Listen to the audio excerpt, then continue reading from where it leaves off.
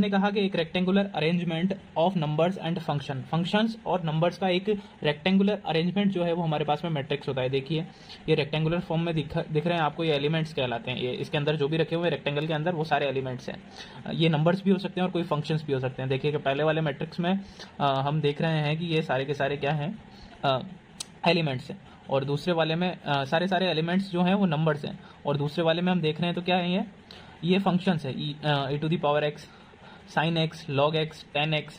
आप ये देख सकते हैं ये 2 + 3 आयोटा, 5 प्लस 1, 4 + 2 आयोटा, ये कॉम्प्लेक्स नंबर्स भी हो सकते हैं। क्या हो सकते हैं? Complex numbers. अब मैट्रिक्स को थोड़ा सा हम समझते हैं कि किस तरह से होती है मैट्रिक्स। ठीक है, तो देखिए आगे हम एक एग्जाम्पल के थ्रू ही समझेंगे। मान लीजिए ये वाला एग्जाम्पल हम ले रहे हैं, तो यहाँ पे हम लिखते हैं 2, 4 एंड 5। मैट्रिक्स में होता क्या क्या है, क्या क्या अपना किस किस चीज़ से बनी हुई है मैट्रिक्स, उसके बारे में समझेंगे हम थोड़ा सा। 5, 2, 1, क्लियर। अब इसमें दो चीज़ें देखेंगे आपको। देखिए ये इस तरह की ये वाली लाइन और ये वाली लाइन, ये दोनों हॉरिजॉन्टल लाइन है। हॉरिजॉन्टल यानी कि क्षैतिज लाइन। हॉरिजॉन्टल लाइंस को बोलते हैं हम रॉ। क्या बोलते हैं? रॉ, रोज। तो पहली वाली जो लाइन है ये हॉरिजॉन्टल लाइन, इस तरह से जो पड़ी हुई लाइंस है उनको हमने रो बोल दिया। तो रो पहली वाली रो को हम बोलते हैं रॉ 1 एंड दूसरी वाली रो को हम बोलते हैं रॉ 2।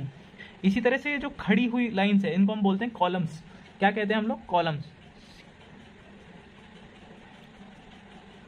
कॉलम्स। ठीक है, कॉलम्स। पहली लाइन को हम बोलेंगे ये इस तरह से खड़ी हुई लाइन को C1, दूसरी लाइन को हम बोलेंगे C2 एंड तीसरी वाली लाइन को हम बोलेंगे C3। Column first, column second and column 3। तो इस तरह से रोज और कॉलम से जो मिलकर एक मैट्रिक्स बनती है। ठीक है, जो क्षैतिज लाइन है यानी कि हॉरिजॉन्टल लाइंस होती है, ये रोज जो होती है वो हॉरिजॉन्टल लाइन होती है।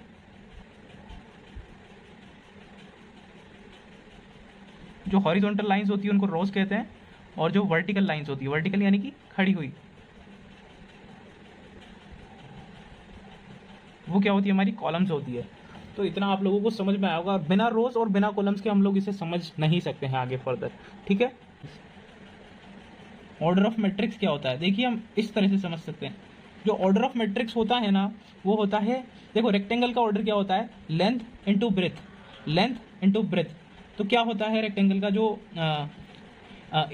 एरिया होता है वो लेंथ इंटू ब्रेथ होता है। वैसे ही इसका ऑर्डर भी हम लोग लिख सकते हैं नंबर ऑफ रोज बाय, इसको बाय से बोलते हैं, मल्टीप्लाई को बाय से, by number of columns, number of columns. यानी कि नंबर ऑफ रोज देखेंगे यहाँ से हमारा कितना है? 1 एंड 2, तो हम यहाँ पे लिखेंगे 2 and by number of columns कितना है? 1, 2 एंड 3। कॉलम्स ये वाली लाइंस होती है वर्टिकल लाइंस, और हॉरिजॉन्टल लाइंस को हम रोज कहते हैं। ठीक है ना, तो हमारा जो नंबर ऑफ कॉलम्स हो जाएगा वो 2, 3। तो हमारे जो मैट्रिक्स है इसका ऑर्डर हो जाएगा 2/3 का।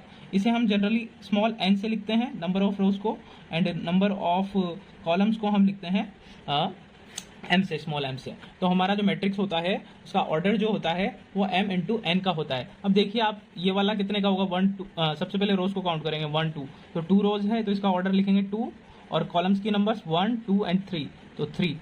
इसी तरह से आप इसका भी लिख सकते हैं। देखिए रोज कितनी है? 1, 2, R1, R2 एंड कॉलम्स कितना है? C1 and C2।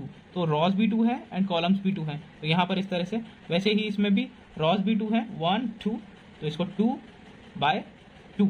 कॉलम्स भी हमारे पास में कितने हैं? 2। तो ये बिल्कुल बेसिक जो चीज़ें हैं हमारे पास में मैट्रिक्स की, वो है जिन्हें हम लोगों को समझना होगा।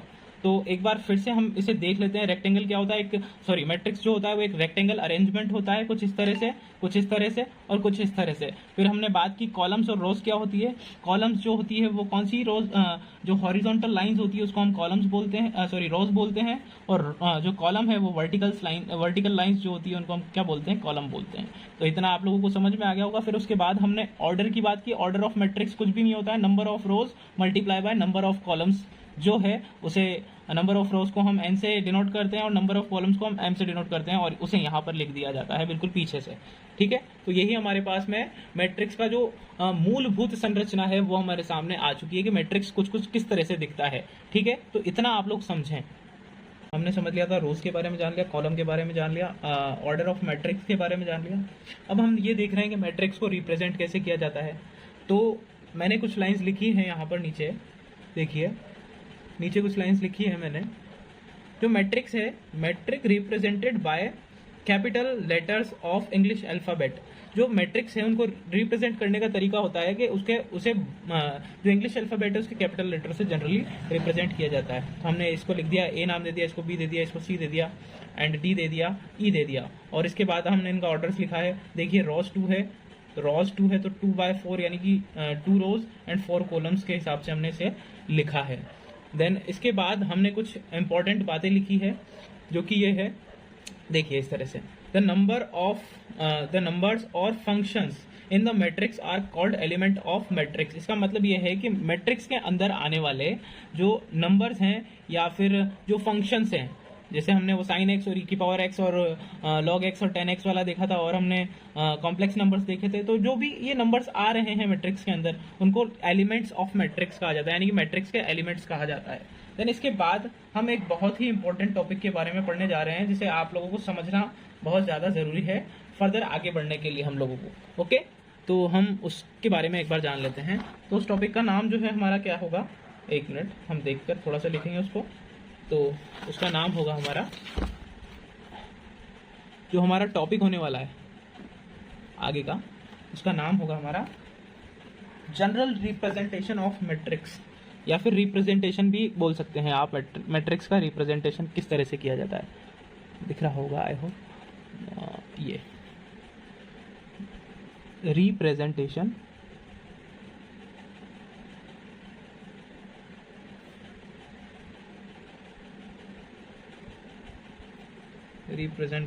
ऑफ मैट्रिक्स किस तरह से किया जाता है। हमने कह दिया late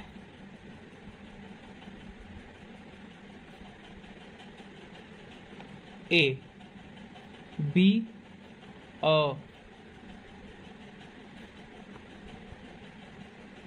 matrix with m rows and n columns and n,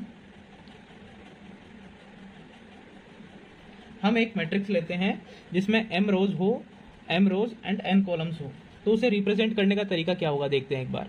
तो हमने मैट्रिक्स का नाम लिया है A, और उसमें m रोज और n कॉलम्स हैं, ठीक है, m रोज और n कॉलम्स हैं। तो देखिए इसमें एलिमेंट्स को कैसे लिखा जाएगा। ये फर्स्ट रो होगी, तो फर्स्ट रो का फर्स्ट एलिमेंट यानी कि उसे लिखा जाता है, देखिए इसका ऑर्डर होता है इस तरह से, किसी भी एलिमेंट का ऑर्डर लिखा जाता है। ये होता है AIJ, इस ऑर्डर का होता है, जिसमें I होती है नंबर ऑफ रोज, जो रो का नंबर होगा वो वाला नंबर लिखा जाता है, और J की जगह लिखा जाता है नंबर ऑफ कॉलम। तो अगर ये फर्स्ट रो में आ रही है तो यहाँ पर पहली रो, ये पहली रो है और पहले ही कॉलम में आएगी, यानी कि C1 में आएगी, और ये पहली ही रो है, तो इसे लिखेंगे 1 1 row, and then first column है तो A11 लिखा जाएगा। देन उसके बाद first row second column, clear, तो इसे 1 2 लिखा जाएगा। ऐसे ही हमारे पास में फर्स्ट रो एंड कितने कॉलम्स लिए हमने, n कॉलम्स, तो AN इस तरह से लिखा जाएगा। जो nth कॉलम होगा CN, nth कॉलम्स के लिए हम A1N लिखेंगे। वन फर्स्ट तो रो है, R1 है, एंड nth कॉलम है। इसी तरह से हम जो सेकंड रो होगी हमारे, उसके एलिमेंट को इस तरह से लिखेंगे। सेकंड रो में I यानी कि रो का नंबर जो होगा वो 2 हो जाएगा, कॉलम 1 ही है। देन उसके बाद 2 2 dot dot dot A2N nth column होगी। इसी तरह से जब हम nth रो लेंगे, यानी कि m नंबर वाली रो, तो उसके एलिमेंट को हम इस तरह से लिखेंगे AM1। m क्यों लिया है यहाँ पर, क्योंकि mth रो है, यानी कि I क्या हो जाएगा हमारा m। देन उसके बाद AM2 dot dot dot dot AMN। तो इस तरह से हमारा जो ऑर्डर होगा वो AM क्रॉस n का हो जाएगा। क्यों, क्योंकि जो नंबर ऑफ रोज है हमारे पास में m है, और जो नंबर ऑफ कॉलम्स है हमारे पास में n है, और हमारा जो ऑर्डर हम लोग लिखते हैं वो क्या होता है, ऑर्डर इक्वल टू हमारा क्या होता है, number of rose multiply by number of columns. अब एक एग्जांपल के थ्रू हम इसे समझते हैं, हमसे क्वेश्चन किस तरह से पूछा जाएगा उसको देख लेते हैं हम। तो एक बार वापस से आप समझेंगे, जो पहला नंबर वाला है उसको A11 बोलेंगे, पहला एलिमेंट, क्योंकि वो फर्स्ट रो में आ रहा है, फर्स्ट कॉलम में आ रहा है। दूसरे वाले को A12 फर्स्ट रो और सेकंड कॉलम, इसी तरह से ये first row and nth column, तो A1n लिखेंगे इसको हम लोग। इसी तरह से MB रो में आने वाले को AM1, AM2, AMN। देन उसके बाद हम एक एग्जाम्पल लेते हैं जिसके माध्यम से हम आगे से समझेंगे, ठीक है। तो देखिए एक एग्जाम्पल हमने लिख लिया है, ए एक मैट्रिक्स है, उसमें हमको इस तरह से कुछ दिया हुआ है, मान लीजिए 1 2 3 4 5 6, इस तरह से आपको एक मैट्रिक्स दी हुई है। अब मैं आपसे इसका ऑर्डर पूछूं तो क्या ऑर्डर होगा भाई, रोज की नंबर्स बताओ, 1 2, तो 2/3, 1 2 3 यहाँ पर आता है कॉलम्स का नंबर, तो ये हमारा ऑर्डर हो गया। अब आपसे पूछ लिया जाए कि A12 बताइए, इस एलिमेंट को बताइए कि ये कौन सा एलिमेंट होगा, तो इसका मतलब होता है I and J, number of row. तो हम देखेंगे A12 यानी कि पहली रो दूसरे कॉलम में आने वाला नंबर, तो पहली रो में आने वाला, तो पहली रो में R1 एंड सेकेंड कॉलम में, तो सेकेंड कॉलम में C2, तो पहली रो और सेकेंड कॉलम में कौन सा एलिमेंट आ रहा है, 2 आ रहा है, तो A12 हमारे पास में क्या हो जाएगा, 2।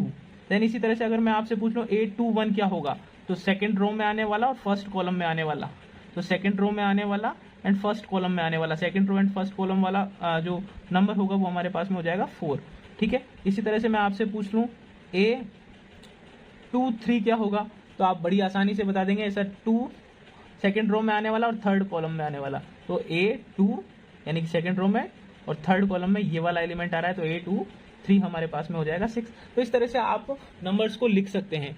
इसीलिए हमारे पास में ये वाला जो टॉपिक था रिप्रेजेंटेशन ऑफ मैट्रिक्स, वो बहुत ज़्यादा इंपॉर्टेंट है और ऐसे क्वेश्चंस आते हैं। जो नई एनसीईआरटी आई है और उसका जो एग्जाम पैटर्न्स आए हैं उसमें आप लोगों का जो पहला ही क्वेश्चन है इस एक्सरसाइज से वो यही है, जो आपका रिप्रेजेंटेशन ऑफ मैट्रिक्स से रिलेटेड ही है। तो आई होप आपको ये टॉपिक थोड़ा समझ में तो आया ही होगा। तो आइए अब हम आगे इसको समझते हैं।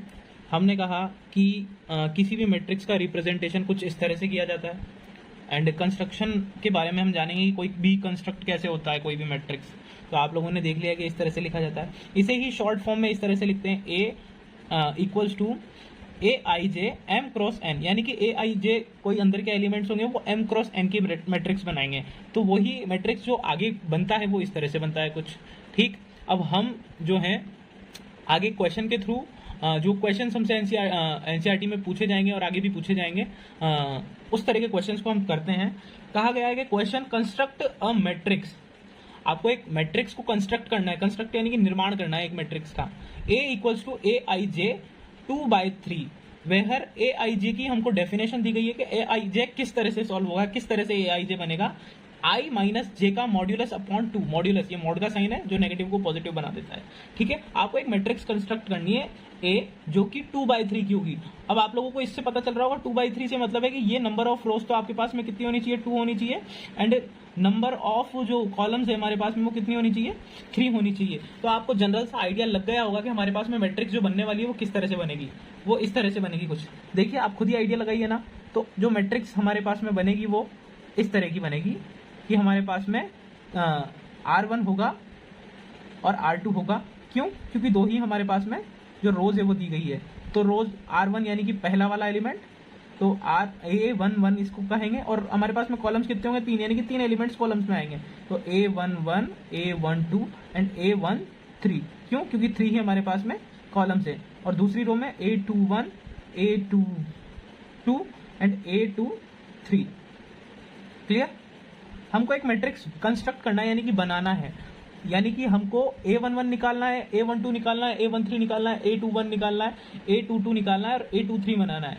ये हमको 2/3 की मैट्रिक्स कहाँ से मिली, ये इस तरह से। अब हम लोगों ने जो रिप्रेजेंटेशन देखा है उसमें हमने इससे इसको बनाना सीखा है, ठीक है। इससे ये बन जाता है AIJ अंदर के एलिमेंट्स है वो 2/3 के हैं, तो उनको इस तरह से लिख दिया जाएगा, ठीक है। इतनी बात आप लोगों को समझ में आ गई होगी। अब आप लोगों को कुछ निकालना है, तो क्या निकालना है, ये एलिमेंट्स निकालने हैं। तो एलिमेंट्स निकालने के लिए आपको डेफिनेशन क्या दी गई है, ये दी गई है, बिल्कुल। आप समझ सकते हैं। तो आई जे, तो A11 निकालेंगे सबसे पहले हम लोग, क्लियर। तो A11 ये हमारा रफ वर्क होगा थोड़ा सा। तो हम लोगों को क्या निकालना है, A11 निकालना है पहले, A12 भी निकालना होगा, ठीक है, A13 भी निकालना होगा। ये सभी हमको निकालने होंगे ना, बिल्कुल।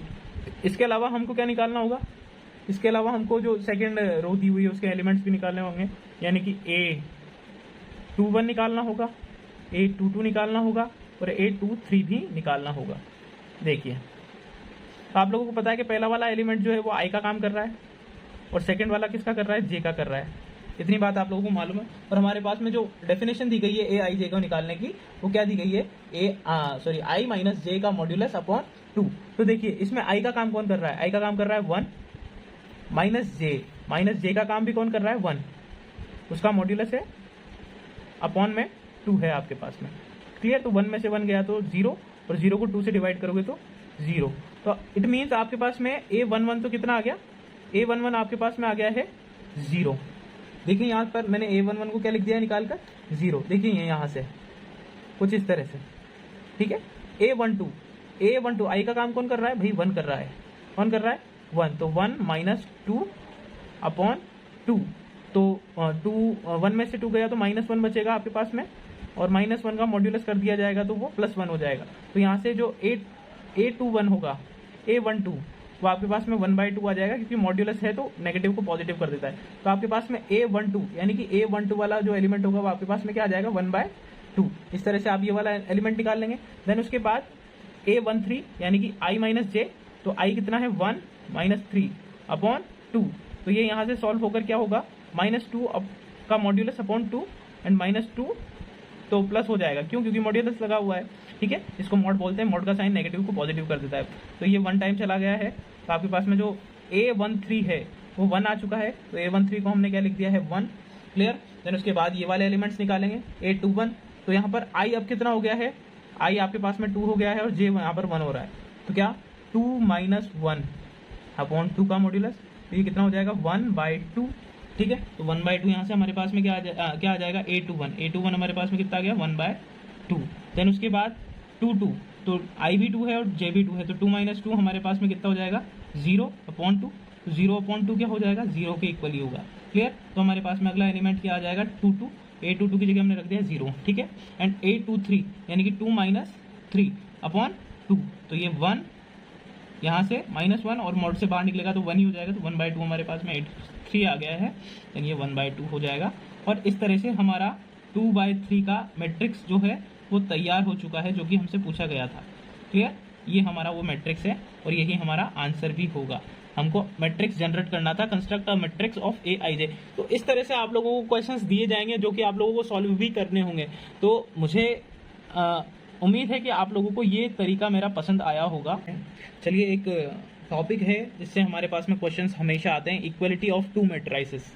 2 मैट्रिक्स की इक्वलिटी कब बताई जा सकती है और कब 2 मैट्रिक्स इक्वल कही जा सकती है, इसके बारे में हम थोड़ा सा डिस्कस करते हैं। तो 2 मैट्रिक्स तब इक्वल कही जा सकती है जब 2 matrix are equal if and if उन दोनों का ऑर्डर सेम हो, सेम ऑर्डर हो उन दोनों में, और उन दोनों का जो सेम कॉरेस्पॉन्डिंग एलिमेंट्स होने चाहिए, यानी कि एलिमेंट्स भी कैसे होने चाहिए, कॉरेस्पॉन्डिंग एलिमेंट्स भी सेम टू सेम होने चाहिए। अगर ये दोनों कंडीशंस अप्लाई होती है तो वो जो मैट्रिसेस है दोनों की दोनों, वो कैसी होती है, इक्वल होती है। एक एग्जांपल के माध्यम से हम इसे समझने का प्रयास करेंगे। देखिएगा आप लोग, देखिए मैंने कहा कि एक मैट्रिक्स हम लोगों ने ली है, एक मैट्रिक्स हमने ली, ये A = 1 2 4 and 8, इसका ऑर्डर हम लोगों ने लिया है 2/2। एंड जो हमने बी मैट्रिक्स ली है वो भी हमने कैसी ली है, इसी तरह की 1 2 4 and 8, ये इस तरह से कुछ ली है हमने, और इसका भी ऑर्डर क्या है 2/2। अब ये दोनों मैट्रिक्स इक्वल है या नहीं, इसका पता कैसे लगेगा, इनके ऑर्डर और इनके जो एलिमेंट्स हैं उनसे पता लगेगा, कॉरेस्पॉन्डिंग एलिमेंट्स जो हैं उनसे पता लगेगा, ठीक है। तो देखते हैं, देखेंगे पहले हम बोल रहे हैं कि इनका ऑर्डर, तो क्या दोनों ही मैट्रिक्स का ऑर्डर 2/2 का है, जी हाँ दोनों का ही 2/2 का है। और कॉरेस्पॉन्डिंग एंगल सेम है क्या, यहाँ पर 1 आ रहा है तो यहाँ पर भी 1 है, इसका कॉरेस्पॉन्डिंग एंगल 1 जो एलिमेंट है वो ये वाला होगा, 2 का 2 है, 4 का 4 है एंड 8 का 8 है। तो ये दोनों के दोनों जो मैट्रिसेस हैं वो दोनों क्या होगी, इक्वल मैट्रिक्स कहलाती है। क्या होती है, इक्वल मैट्रिक्स, यानी कि A and B are equal matrices. Clear है। तो इसमें से क्वेश्चन कैसा बनता है, अब क्वेश्चन को देखेंगे, थोड़ा सा हम देखेंगे अभी क्वेश्चन कैसा बनेगा। क्वेश्चन कैसे बनेगा, देखिए एक चीज और समझ लेते हैं कि इक्वल कब नहीं होंगी। देखते हैं इस तरह से, मान लीजिए कि आपको एक मैट्रिक्स दी हुई है ए इक्वल टू 1 2 3 4 एंड एक और मैट्रिक्स दी हुई है आप लोगों को बी। बी क्या दी हुई है आपको, 1 2 3 4 5 एंड 6, इस तरह से कुछ दी हुई है। तो ये क्या दोनों मैट्रिक्स इक्वल है क्या, ये 2/2 की है एंड ये 2/3 की है। ठीक है, क्या ये दोनों मैट्रिक्स इक्वल होगी क्या, नहीं, ये दोनों मैट्रिसेस इक्वल नहीं होगी। क्यों, क्योंकि ना तो इनका ऑर्डर सेम है ना कॉरस्पॉन्डिंग एलिमेंट सेम है। आप कहेंगे कि यहाँ से यहाँ तक तो सही है सर, लेकिन हम लोग सारे एलिमेंट्स को देखते हैं, सारे के सारे एलिमेंट्स को, और उसके बाद ऑर्डर भी सेम नहीं है। तो ऑर्डर भी सेम नहीं है, इसका मतलब ये कैसी होगी, अनइक्वल होगी। तो ये मैट्रिसेस कैसी होगी, अनइक्वल मैट्रिसेस होगी। इतनी बात आप लोगों को समझ में आ गई होगी कि जब भी कोई जो दो मैट्रिक्स है वो कब इक्वल होती है, वो तभी इक्वल होती है जब उनके कॉरस्पॉन्डिंग एलिमेंट्स और उनके ऑर्डर सेम हो, ऑर्डर्स सेम हो। क्लियर। अब क्वेश्चन किस तरह से पूछा जाता है देखेंगे। तो क्वेश्चन कुछ इस तरह से पूछा जाता है, देखेंगे क्वेश्चन लिखते हैं हम, एक क्वेश्चन लिखते हैं, एक क्वेश्चन निकाल लेता है।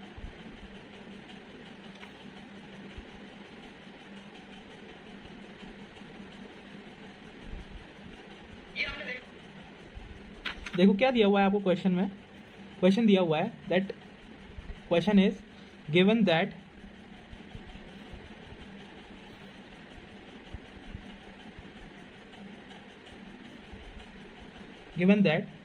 ऐसे पूछ लिया जाता है x and y u and v, ये दोनों इक्वल मैट्रिक्स दी हुई है आपको पहले से, कह रहा है 1 2 4 एंड 8, कह रहा है कि ये दोनों इक्वल मैट्रिक्स है क्योंकि इक्वल साइन लगाया हुआ है। तो find the x y u and v, ये v है, v आपको फाइंड करना है, इनकी वैल्यू निकालनी है। तो जब भी हम देखते हैं कि जो मैट्रिक्स कैसी है, इक्वल मैट्रिक्स होती है, उनके जो ऑर्डर से वो सेम होते हैं, ऑर्डर सेम है, और कॉरस्पॉन्डिंग जो एलिमेंट्स है वो इक्वल होते हैं। तो यहाँ से x की वैल्यू हम डायरेक्ट निकाल सकते हैं। x किसके इक्वल होगा, 1 के इक्वल होगा, तो x इक्वल टू 1 हो जाएगा। देन उसके बाद y कितना होगा, y देखेंगे, y हमारे पास में 2 हो जाएगा, तो y इक्वल टू 2 निकल जाएगा हमारे पास यहाँ से। देन उसके बाद हम यहाँ से वैल्यू निकाल सकते हैं u की, u कितना हो जाएगा भाई, u यहाँ पर ये रहा और यहाँ पर ये रहा, तो u यहाँ से हमारे पास में 4 हो जाएगा। क्लियर। एंड v हमारे पास में कितना हो जाएगा, 8 हो जाएगा। तो इस तरह से इक्वल मैट्रिसेस के हमारे पास में सवाल आते हैं और हमसे डायरेक्ट देखकर ही हम वैल्यूज का पता लगा सकते हैं कि किसकी क्या वैल्यू होगी, और इस तरह के क्वेश्चन आते हैं बोर्ड्स में। तो आप लोग इस तरह के क्वेश्चंस को ध्यान रखेंगे। देन इसके बाद हम अगला टॉपिक जो है वो हमारा पढ़ेंगे टाइप ऑफ मैट्रिक्स। कह रहा है consider the following information regarding the numbers of man and women workers in 3 factories 1 second and third. आपको नंबर ऑफ वर्कर्स दिए हुए हैं, मैन वर्कर्स और वुमेन वर्कर, पहली फैक्ट्री में, दूसरी फैक्ट्री में और तीसरी फैक्ट्री में। आपको क्या करना है, represent the above information in the form of 3/2 matrix. What does the entry in the third row and second column represent. तो आपको पहला तो क्या करना है, represent the above information in the 3/2। तो 3/2 की एक मैट्रिक्स बनानी है आपको। तो इस तरह से 3/2 की मैट्रिक्स बन जाएगी। 3/2 यानी कि 3 रोज, यानी कि 1 2 3 रोज और 2 कॉलम्स। तो ये 2 कॉलम्स की आप देखकर यहाँ से क्या बना सकते हैं, मैट्रिक्स बना दिया। फिर उसके बाद वो क्या कह रहा है, देखिए पहला काम तो हमारा हो गया। देन उसके बाद वो कह रहा है what does the entry in the third row and second column represent. जो थर्ड रो है और सेकेंड कॉलम है, थर्ड रो और सेकेंड कॉलम वाला जो एलिमेंट है वो किस चीज को रिप्रेजेंट कर रहा है, वो हमको पता चल रहा है कि A32 है और वो 26 है। वो क्या चीज रिप्रेजेंट कर रहा है, वो रिप्रेजेंट कर रहा है थर्ड फैक्ट्री में काम करने वाली नंबर ऑफ वर्कर्स, किस विमेन वर्कर्स का, नंबर ऑफ विमेन वर्कर्स का, किसमें, थर्ड फैक्ट्री में। तो हम इसको लिख देंगे number of women workers in third factory. ये किस चीज को रिप्रेजेंट कर रहा है, A32 number of women workers in third factory को रिप्रेजेंट कर रहा है। तो इस तरह से हमारा पहला एग्जाम्पल जो होगा वो खत्म हो जाएगा। पहला एग्जाम्पल जो होगा हमारा किस तरह से खत्म होगा, इस तरह से खत्म होगा कि एक तो मैट्रिक्स बन रही है हमारे पास में और वो कह रहा है कि 26 जो है वो किस चीज को रिप्रेजेंट कर रहा है, number of women workers in third factory, उसको A32 रिप्रेजेंट उसी को कर रहा है। देन उसके बाद हमारा एग्जाम्पल नंबर 2 जो है उसको हम लोग थोड़ा सा समझेंगे। एग्जाम्पल नंबर 2 क्या होगा हमारा, एग्जाम्पल नंबर 2 कह रहा है if a matrix has 8 elements what are the possible orders it can have. तो आपको ये बताना है कि अगर किसी मैट्रिक्स में 8 एलिमेंट है तो उसके क्या क्या ऑर्डर्स हो सकते हैं। ऑर्डर्स यानी कि ये पीछे आने वाली चीज जो है वो ऑर्डर्स कितने हो सकते हैं। तो आपको पता है कि 8 ऑर्डर कब हो सकता है, आपको पता है नंबर ऑफ एलिमेंट्स 8 होंगे कब, जब नंबर ऑफ रोज और नंबर ऑफ कॉलम्स को हम लोग मल्टीप्लाई करेंगे। ठीक है, तो नंबर ऑफ एलिमेंट्स का भी यही फॉर्मूला होता है, number of rose into number of columns. तो नंबर ऑफ रोज और नंबर ऑफ कॉलम्स 8 कब कब आ सकती है, जब हम नंबर ऑफ रोज 1 लें और नंबर ऑफ कॉलम्स 8 लें तो 8 बन सकता है। ठीक है, जब हम नंबर ऑफ रोज 2 लें और नंबर ऑफ कॉलम्स 4 लें तब भी 8 एलिमेंट्स आ सकते हैं। एलिमेंट्स निकालने का फॉर्मूला भी यही होता है, number of rose into number of elements. ठीक है, कॉलम्स। तो 4 इंटू 2 करेंगे तब भी 8 एलिमेंट्स आ सकते हैं और 8 इंटू 1 करेंगे तब भी 8 एलिमेंट्स आ सकते हैं। तो हमारे पास में टोटल ऑर्डर्स कितने बन सकते हैं, 1 2 3 एंड 4। तो 4 मैट्रिसेस बन सकती है, 4 तरह के ऑर्डर हमारे पास में बन सकते हैं। ये हमारा एग्जाम्पल नंबर 2 यहाँ पर खत्म होता है। देन उसके बाद example number 3, construct a matrix. आपको एक मैट्रिक्स बनानी है जो 3/2 की हो और उसका जो AIJ है यानी कि एलिमेंट आपको दिया हुआ है वो 1/2 मॉड्यूलस I-3j होना चाहिए। तो आपको पता है 3/2 की मैट्रिक्स का जो जनरल फॉर्म होगा वो किस तरह से बनेगा, इसी तरह से बनेगा, बिल्कुल आप लोग पढ़ चुके हैं ऐसा। ठीक है, तो ये A11 A1 यानी कि 3 रोज, ये 3 रोज बन रही है और कितने कॉलम्स बनने चाहिए, 2 कॉलम्स बनने चाहिए। तो ये 2 कॉलम्स बन रहे हैं हमारे पास में। क्लियर। अब हम A11 निकालेंगे तो A11 की क्या डेफिनेशन होगी, ये वाला एलिमेंट होता है, ये वाला जो पहला वाला होता है वो I को रिप्रेजेंट करता है और दूसरा वाला J को रिप्रेजेंट करता है। तो यहाँ पर I और J की जगह हम क्या रखेंगे, ये जो दिया हुआ है तो हम रखेंगे I की जगह पर 1 क्योंकि I 1 दिया हुआ है। 1/2 mod of 1 minus 3 multiply by 1। तो यहाँ पर ये 2 हो जाएगा, 3 हो जाएगा। 3 में से 2 माइनस करेंगे तो आप क्या बचेगा, 3 में से 1 माइनस करेंगे तो माइनस का 2 बचेगा। माइनस का 2 मॉड की वजह से प्लस हो जाएगा और 2 से 2 कैंसिल होने के बाद 1 आ जाएगा। तो पहला एलिमेंट हमको 1 मिल गया। ठीक है, देन उसके बाद दूसरा एलिमेंट इसी तरह से 5/2 निकलेगा और इसी तरह से हमारे को सारे एलिमेंट्स मिल जाएंगे और निकाल के हम एक मैट्रिक्स को तैयार कर लेंगे और यही मैट्रिक्स हम लोगों को कंस्ट्रक्ट करनी है। सारे एलिमेंट्स निकालिए, आपको इधर निकालना है साइड में और नंबर जो आपकी मैट्रिक्स है वो आपके पास में मिल जाएगी आपको। क्लियर, या आपको खुद को कैलकुलेशन सॉल्व करनी होगी। ओके, देन उसके बाद हम अगले एग्जाम्पल की तरफ आगे बढ़ते हैं। जो नेक्स्ट एग्जाम्पल हमारा होने वाला है इट इज एग्जाम्पल नंबर 4। तो एग्जाम्पल नंबर 4 के बारे में भी देख लेते हैं किस तरह से होगा। एग्जाम्पल नंबर 4 कह रहा है कि ये दिया हुआ है आपको एक मैट्रिक्स और उसी के इक्वल में एक और मैट्रिक्स दिया हुआ है। तो आपको पता है जब मैट्रिक्स इक्वल होते हैं, इक्वल का साइन दिया हुआ है तो क्या क्या इक्वल होता है, कॉरस्पॉन्डिंग पार्ट्स इक्वल होते हैं। तो आपको ABC XY Z की वैल्यू निकालनी है। तो कॉरस्पॉन्डिंग पार्ट से निकाल लेंगे। x प्लस 3 किसके इक्वल होगा, इस 0 के। तो x प्लस 3 हमने 0 के इक्वल करके x इक्वल टू -3 वैल्यू निकाल ली है, आप भी निकाल सकते हैं। देन 3 को इधर भेजेंगे तो ये माइनस हो जाएगा तो x इक्वल टू -3 हो जाएगा। देन उसके बाद z प्लस 4 इक्वल टू 6, तो z प्लस 4 इक्वल टू 6, यहाँ से z की वैल्यू 2 आ जाएगी। इसी तरह से 2y minus 7 equal to 3y minus 2, वहाँ से हमने y की वैल्यू -5 निकाली है। देन उसके बाद जो a है, a की वैल्यू निकाली a माइनस 1 इक्वल टू -3, तो यहाँ से -2 निकल के आ जाएगा। c की वैल्यू भी इसी तरह से निकालेंगे आप लोग, 2c इक्वल टू 0 कर लेंगे। 2c प्लस 2 इक्वल टू 0 करने के बाद हमारे पास में c की वैल्यू -1 आ जाएगी एंड b भी इसी तरह से आएगा। देन उसके बाद हमारा जो नेक्स्ट एग्जाम्पल है वो एग्जाम्पल नंबर 5 है। एग्जाम्पल नंबर 5 भी सेम टू सेम होगा। यहाँ पर आप एलिमिनेशन मेथड या फिर कुछ और मेथड लगा के आप लोग क्या कर सकते हैं, वैल्यूज निकाल सकते हैं। तो एग्जाम्पल नंबर 4 भी आप करके देखिएगा, मैंने सॉल्व कर दिया है, आप चाहें तो देख सकते हैं इसको और इसे नोट भी कर सकते हैं। तो इसके बाद हम अगली जो क्लास है उसमें हम लोग पढ़ेंगे type of matrixes. Type of matrices क्या क्या होती है ना, उनके बारे में हम जानेंगे, कितने टाइप की मैट्रिक्स होती है एंड किस तरह से हम मैट्रिक्स को सॉल्व करते हैं, किस तरह से एडिशन करते हैं, किस तरह से सब्ट्रैक्शन करते हैं, किस तरह से मैट्रिक्स का मल्टीप्लिकेशन करते हैं। ये सभी हम आगे फर्दर क्लास में पढ़ेंगे। तो आज के लिए इतना ही। उम्मीद करता हूँ आप लोगों को ये वीडियो पसंद आया होगा और